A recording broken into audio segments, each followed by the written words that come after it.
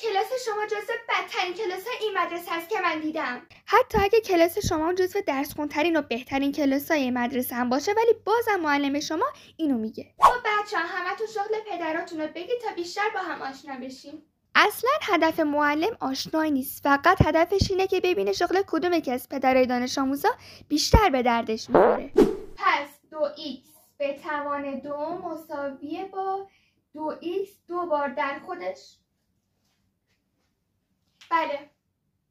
چیه اگه چیز خنده داری بگو ما هم بخندیم. همیشه وقتی که با بغل دستت میخندی و معلم میبینه بگو اگه چیزی خنده داریه بگو ما هم بخندیم، ولی اگه اینو بگی بیشک اول میزنه در گوشت، بعدش یه نمره ازت کم میکنه، بعدش هم با لگد از کلاس پرتت میکنه.